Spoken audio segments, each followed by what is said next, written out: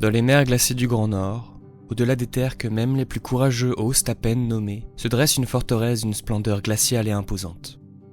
Ce château, connu sous le nom de Laurier, appartient à la prestigieuse et redoutable maison Harine.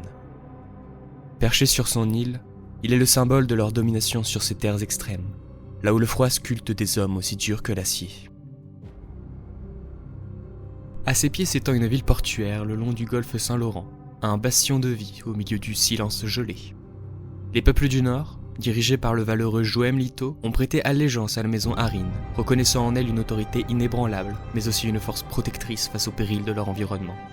Dans cette ville, les quais bourdonnent d'activité, des pêcheurs tirent leurs filets des eaux sombres, des artisans façonnent des armes forgées au froid, et des conteurs murmurent des légendes autour des feux vacillants. Pourtant, tous, du plus modeste pêcheur au capitaine le plus aguerri, tournent parfois leur regard vers le château, d'où émane une présence presque surnaturelle.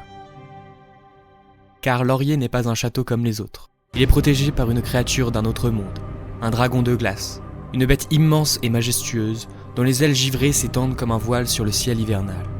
Ses yeux, deux perles d'un bleu abyssal, semblent percer jusqu'à l'âme.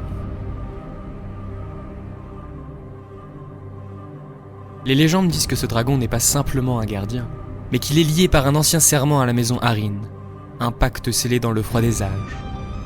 On raconte qu'il fut éveillé lorsque les premiers Harine posèrent leur bannière sur cette terre, jurant de veiller sur le Nord en échange de cette force primordiale.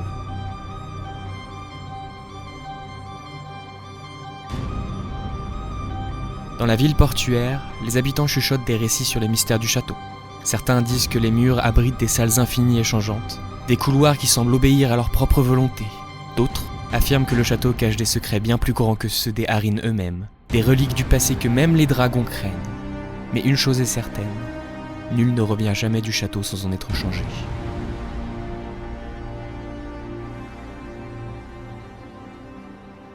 Et ainsi, dans ces terres où le vent hurle comme l'aigle sous la lune, où les eaux glacées portent le parfum du mystère, la maison Harine règne d'une poigne de fer et de glace.